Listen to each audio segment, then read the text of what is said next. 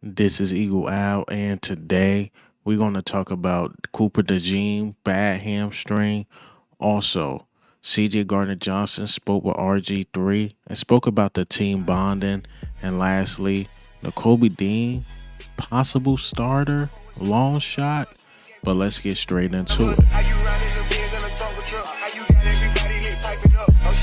All right, so before we get straight into it, the Eagles made a roster move. Another move, we signed a guy to the practice squad. A guy that a lot of fans been talking about and looking at is JT Woods. JT Woods, 6'2", about 195-ish, athlete for sure. He runs fast. He's versatile. You could put him at safety, outside. You could put him at nickel. Shout out to Anthony DeBona. He even put out like what he's been doing or what he did during the preseason. He played most of his time on the outside, around like 62 snaps. But then like safety was like 48. Another third round pick a team gave up on, and the Chargers going into year 3. Howie Roseman is really banking on these guys to hit their potential, because the problem with him is it kind of remind me of like his score, but I think Sidney Brown. Well, I know Sidney Brown's better, but Sidney Brown, one of the things were he missed tackles and his eye discipline. Sidney Brown got those quote unquote same problems according to people, but Sidney Brown showed he can be that guy. Whereas though this guy, he didn't show that yet. He had some flashes during the preseason. He had some flashes in general, like 2 years before he was drafted, like 2 years into college. He had about like 9 interceptions. So JT Woods is a really good, solid pickup, but you banking on him to live up to that potential. Feel like the Byron Young signing, third round pick, hoping he can live up to the potential. So we just got a lot of hungry people. Not only that, I see we getting a lot of versatile guys. Like, for example, I like Sean Stevens, but I know Sean Stevens is only limited to the nickel. Whereas though, if you look at our defense now, you look at, besides Slay, besides probably Devin White or Nakobe Dean, whoever they start, everybody else is pretty much versatile. So Quinyon Mitchell, he could play slot and outside. Isaiah Rogers could play slot and outside. We can go CD Deuce. He can play slot and safety. Well, Reed Blankenship is just a safety, but he can cover here and there. Not to the point as a nickel, but he can cover a little bit. But most of our defense is versatile guys. Even a defensive line, they trying to line Jalen Carter out to the outside sometimes too as a DE. So I see the play. I see what we doing. Even Byron Young, he can do it all on a defensive tackle or defensive line, but he just never mastered one thing. You can be like, oh yeah, he's dominant right here. We not sure, but we got a lot of versatile guys, and JT Woods just add to that versatility, because you could put him at safety and you could put him at outside. So I can see why the Eagles, as much as I love Sean Stevens, I can see why we didn't sign him back, because again, he's just a nickel, and it seemed like we just want versatile guys. Even the Marlon T thing. Marlon T is a really good defensive tackle, but you can't put him nowhere else. Whereas though everybody else, we can line them up in different places. So I'm assuming that's the direction the Eagles are going. That's just a theory of mine I've been holding on for a while. Like, we've been trying to get a lot of versatile guys, and so far my theory is correct. So shout out to JT Woods, man, getting his opportunity with the Philadelphia Eagles.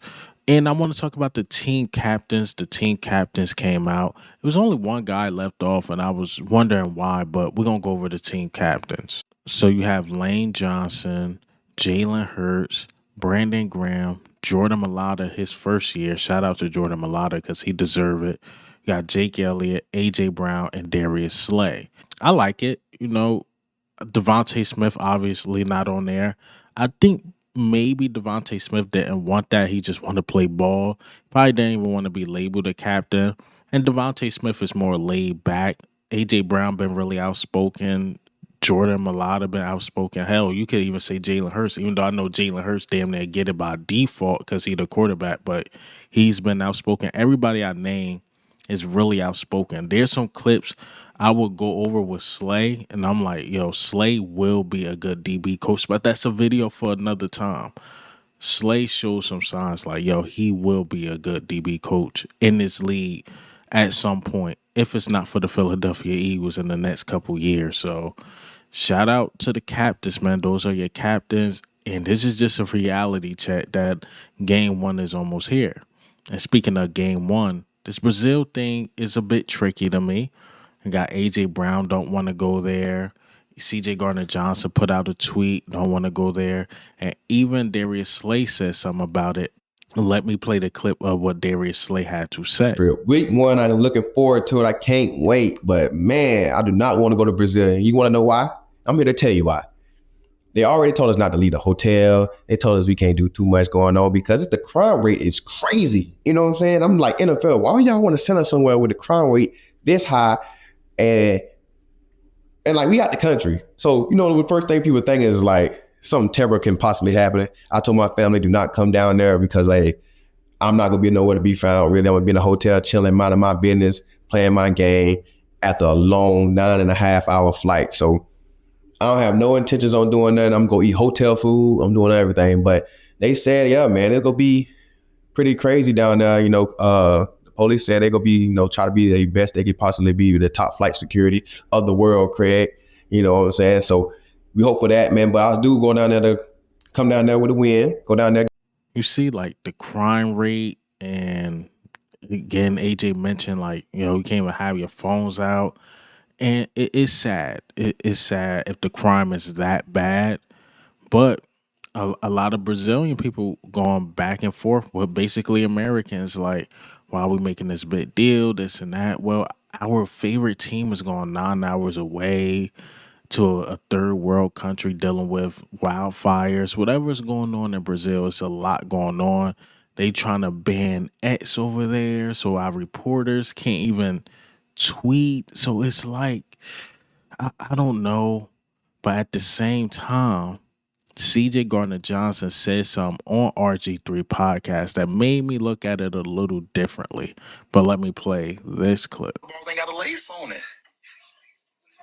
Some of your kids ain't seen a Gatorade bottle. Some of your kids ain't seen some of the Devontae Smith suits coming into the stadium. That's gonna be a good thing for us. Now I hope everybody tune in. I just pray we have more of those games, and I just pray that we have, like, how can I say it, more international feel to the game. Bring more international players. Yeah. We need it, bro. Yeah. We need it. It's the only way to continue to grow the This. Right. I'm gonna go over there and play on a football field and teach these kids how to backpedal and be like a Travis Hunter, be like a, you feel me, Travis Kelce or Patrick Mahomes. I'm gonna teach you. That's me on it. That's my take on it. No, I'm with you. So, yeah, I mean, other than that, man, the only other question I had was just like, whenever, like, DeJean, we were talking about DeJean. You see what I mean? Like, there are fans over there. I mean, Philly is not the safest. Let's be honest. Philly is not the safest place to be. So CJ Gardner Johnson made a great point. Well, they got fans over there. We want to grow the game. There's guys that been fans of like Devontae Smith, AJ Brown, even CJ Gardner Johnson, who would never get to see them play, and they just get this one opportunity. So that pulled on the emotional strings. So I understand that part too. But at the same time, man, the laws and stuff over there is, I don't know. But hopefully, you know, the team get there safe. Everybody be safe. I know a lot of our fans are going. Just be safe. Go there, enjoy your time, and come back home safely. That's what I'm hoping will happen with both teams and both fan bases, to come back safely. And we don't got no problems with you Brazilians, but I think football just been an American sport for so long, and I think it's more ingrained in us. But if you want the game to grow, we gotta go international. Like, you gotta go to these places. You can't just sponsor these places like NFL Africa or NFL South America and this and that, and not actually go. See what the NBA do? They mess with China and stuff like that. So that's how they get their big contracts. That international money, These dudes want to keep getting paid. Got to do international stuff. It comes with the yin and the yang, right? All right, so let's get into the topics. Let's talk about it, man.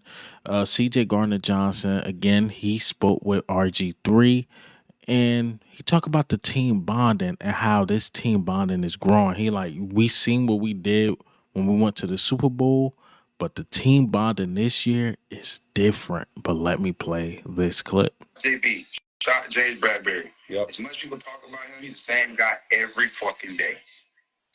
Every day. Like, people put out these false narratives, but if I could depend on my teammate, that shit don't matter.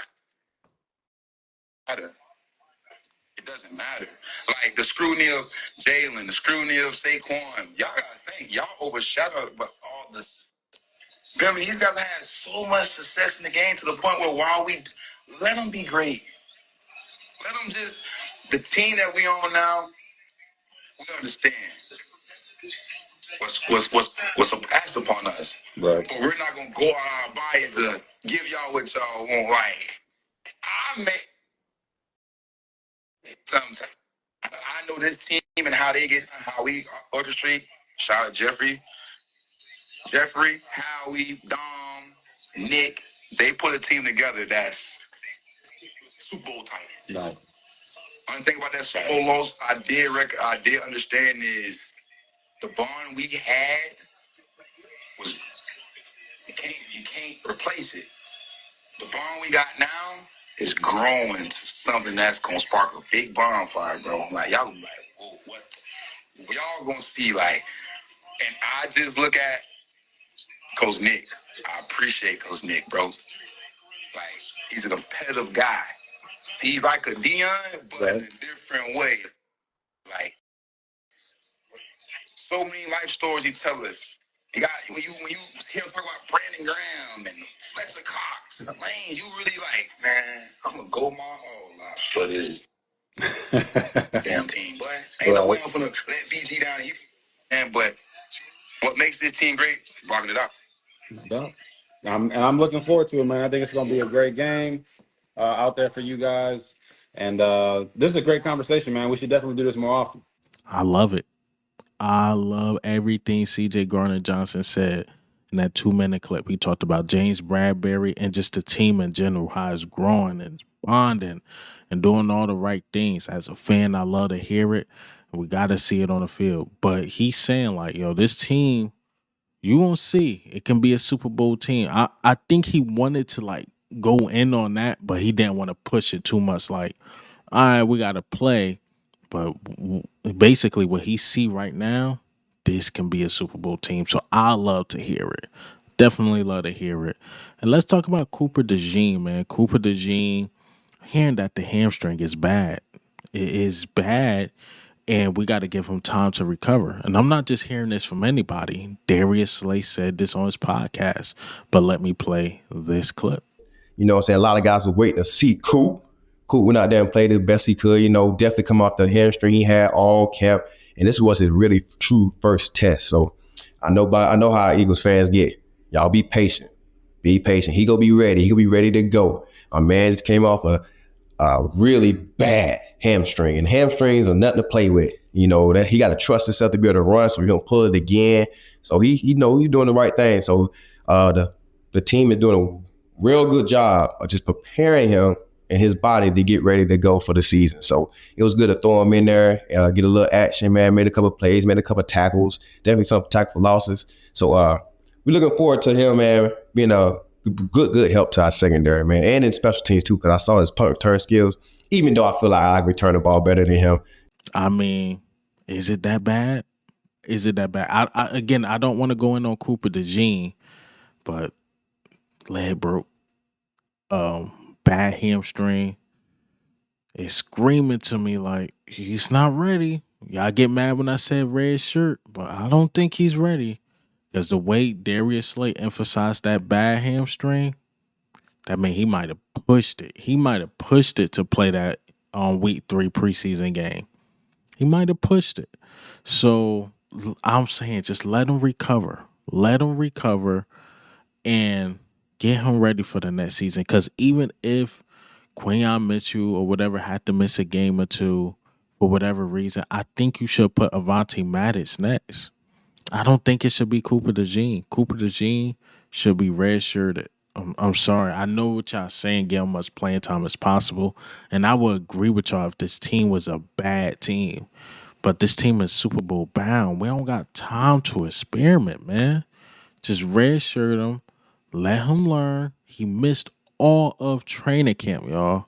He damn near missed all of training camp. Why, when I said redshirt the man, it sounds so ridiculous? Redshirt him. Let him sit and watch. Let him learn from Slay and stuff while he's there.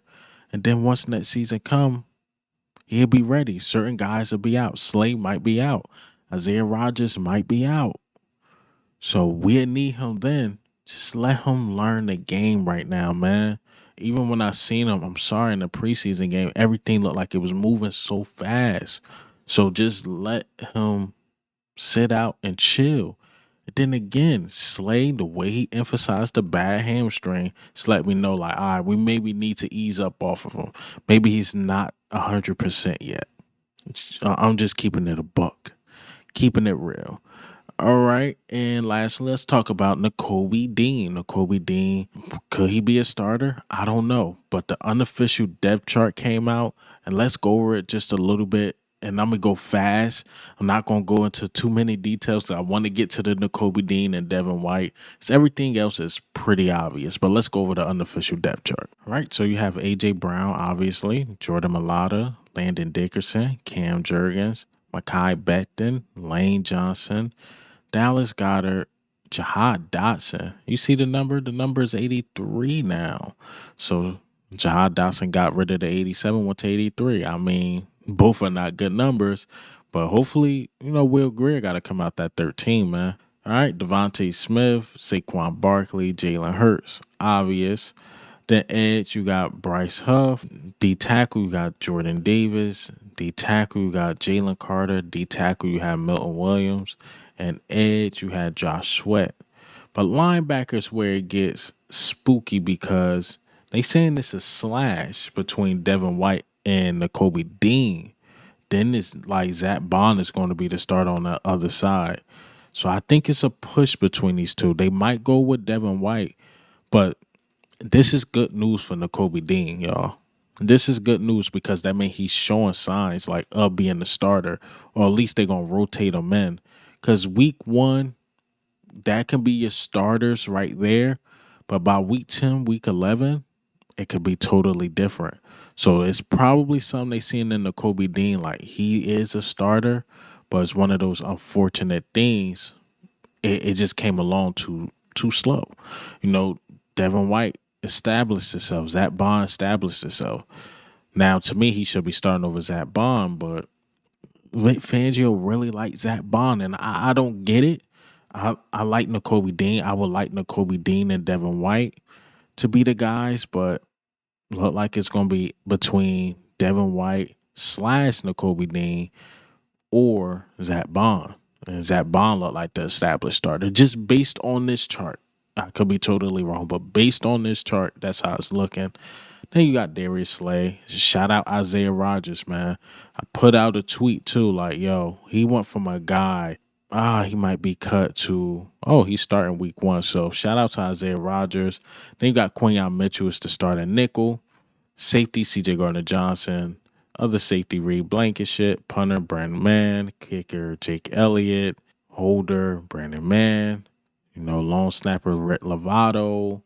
Then you got Britton Covey as the punt returner, and kick returner. You got Isaiah Rodgers / Kenneth Gainwell. I don't like Kenneth Gainwell there, but that's who they going with. And that's your starters. That's your starters going into week 1, according to the chart.